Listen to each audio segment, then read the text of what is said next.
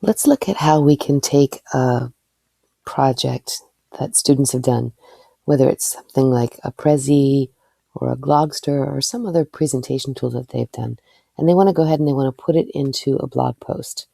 So what they'll do is they'll start a new post either by hitting the pencil icon here or creating a new post with that icon button. And it's here where they'll start typing in their text. Let's just look at student interest project they might be creating. And they've done something in Prezi and they want to go ahead and add that here. Well, if I go into Prezi, I can know that I can grab the link to the project up here. But what I really want to do is make sure that it's not just a link out to the project when I come into my blog spot. It's my blog post. I want to make sure that it's going to be living live in the post itself. So instead of sharing in this way, what I'm going to be doing is looking for this thing called an embed code.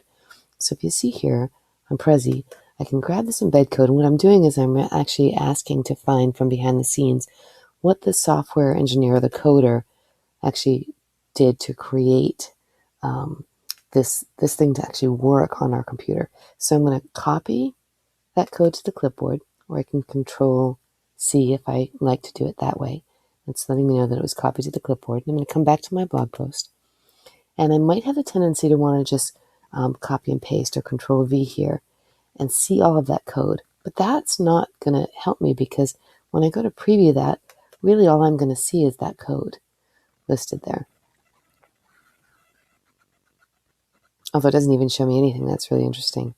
What I want to do, I'll just get rid of this here, is instead of seeing it in the compose mode, I want to remember that I'm going to the HTML code here. Let's click on that. I'm going to get my cursor in where I want it to be. I'm going to paste the code there and then go back to compose.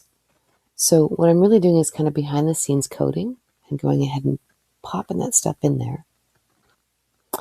And then coming back to view it like we would normally view it live. So the difference between these two buttons is this is what you see is what you get. It's just a regular editor that we see and we can type in.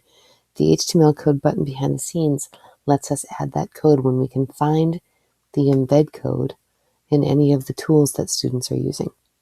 So when we preview that, we'll get to see that there's not just a link out to the student project, but in fact that the project is going to live live in here. Just taking a minute to show, and I can start the Prezi and play it right in there. What you'll notice is that it's a little bit bigger, and so I can adjust that code.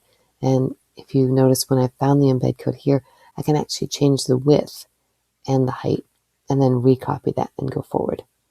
So any tool, just a reminder, that you don't want to just link out to, that a kid has created as a project, if you can find that embed code, then you can pop that right in here and it can become live. And that's actually really a much better design feature, and it gets students excited to be able to share their work.